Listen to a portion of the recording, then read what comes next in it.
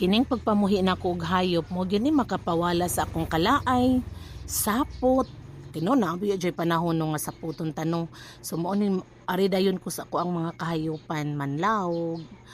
magtanaw-tanaw nila. So mao ni ang naghatag nako og murag inspirasyon nga mobangon kog sayo kay na ako'y pakanunon nga makapawala sa akong kakapoy kaysa una katong pag-pandemic buwak hilig jud kog buwak pero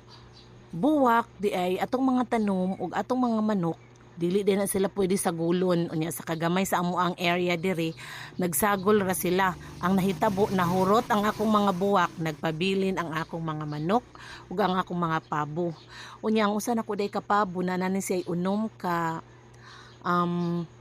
piso actually 12 niyang itlog pero unom ra jud ang napiso ang unom wala sad unya ang usa ka pabo nanganak sad siya og 12 ka buok ang nahitabo kay gisagulan sa manok duha ka buok itlog sa manok ang nasagol ang nahitabo pagkapiso sa duha ka buok manok ay nikuyog na siya sa manok gibiyaan niya ang ihang itlog kay dugay baya mapusa ang pabo ang itlog sa pabo so nabinugok na hinuon ang ihang itlog nagkuyog-kuyog siya sa duha ka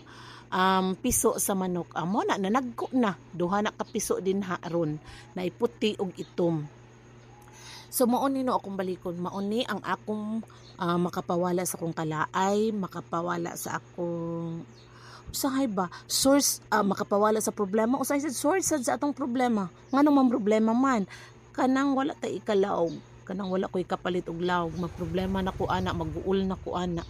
kay tan-awa na ang pabo baya kay kusog baya na mukaon murag whole day na siya magkaon mo nang akong ubay-ubayon og hatag unya